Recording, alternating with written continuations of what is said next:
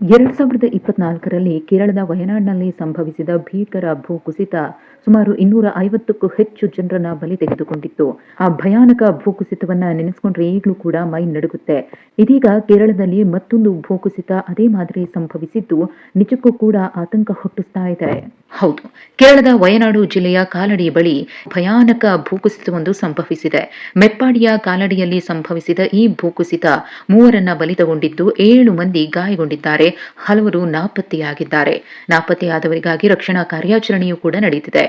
ಮೀನಾಕ್ಷಿ ಸೇತುವೆಯ ಬಳಿ ನಿರ್ಮಾಣ ಹಂತದ ವಯನಾಡು ಮಲ್ಲಾಪುರಂ ಸುರಂಗ ರಸ್ತೆ ಯೋಜನೆ ನಡೀತಾ ಇರುವಂತಹ ಸ್ಥಳದಲ್ಲೇ ಮಣ್ಣು ಮಿಶ್ರಿತ ಕೆಸರು ಸುನಾಮಿಯಂತೆ ನುಗ್ಗಿ ಬಂದಿದ್ದು ಭೂಕುಸಿತದ ರಭಸಕ್ಕೆ ಟ್ಯಾಂಕರ್ ಕೊಚ್ಚಿ ಬಂದಿದೆ.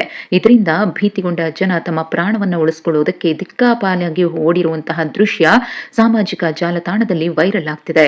ಇನ್ನು ಭೂಕುಸಿತದಿಂದ ಖಾಸಗಿ ಬಸ್ ಒಂದು ಮೀನಾಕ್ಷಿ ನದಿಗೆ ಬಿದ್ದಿದೆ. ನೀರಿನಲ್ಲಿ ಅರ್ಧ ಭಾಗ ಬಸ್ ಮುಳುಗಿದ್ದು ಬಸ್ನಲ್ಲಿದ್ದವರ ರಕ್ಷಣಾ ಕಾರ್ಯಾಚರಣೆಯೂ ಕೂಡ ನಡೆಯುತ್ತಿದೆ. ಅಗ್ನಿಶಾಮಕ ಸಿಬ್ಬಂದಿ, ಪೊಲೀಸರು ಮತ್ತು ರಾಷ್ಟ್ರೀಯ ವಿಪತ್ತು ನಿರ್ವಹಣಾ ತಂಡದಿಂದ ರಕ್ಷಣಾ ಕಾರ್ಯಾಚರಣೆ ನಡೆದಿದ್ದು ನಾಪತ್ತೆಯಾದವರಿಗಾಗಿ ಹುಡುಕಾಟ ಮುಂದುವರೆದಿದೆ.